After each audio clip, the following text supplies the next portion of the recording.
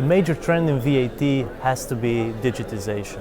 Across the board, tax authorities are coming out with more and more requirements to report more and more data and in an electronic form. The second change is that authorities are moving up the point in when you need to be reporting.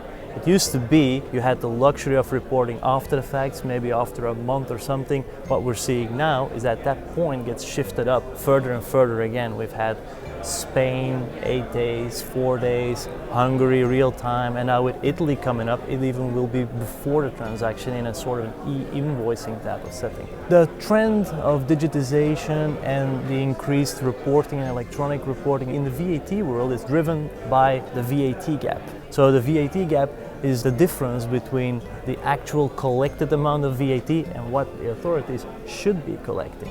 There's basically a couple of reasons for this VAT gap. One would be missing trade or fraud, and the other one roughly would be error, right? So governments are really mostly looking to close the gap on the fraud side, but really what we're seeing is that as companies prepare for all of these changes, they are automatically improving their systems, so they're also reducing the amount of errors that they have in their processes. As governments ask more and more data and ask the data quicker, tax departments need to adapt the way that they're working as well.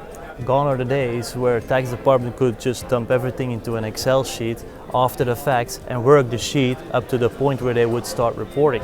Automation is becoming increasingly important for tax departments because the volumes of data and the nature of the checks you need to do on that data to be able to provide quality data to the authorities is that big that there is no possibility anymore for tax departments to go in and check things manually. So really tax departments need to follow the trend and become digital tax departments, change the way they're doing their roles, use automation and even advanced ways of automation like robotics processing automation and so on, to be able to deal with the new requirements that governments are putting on them.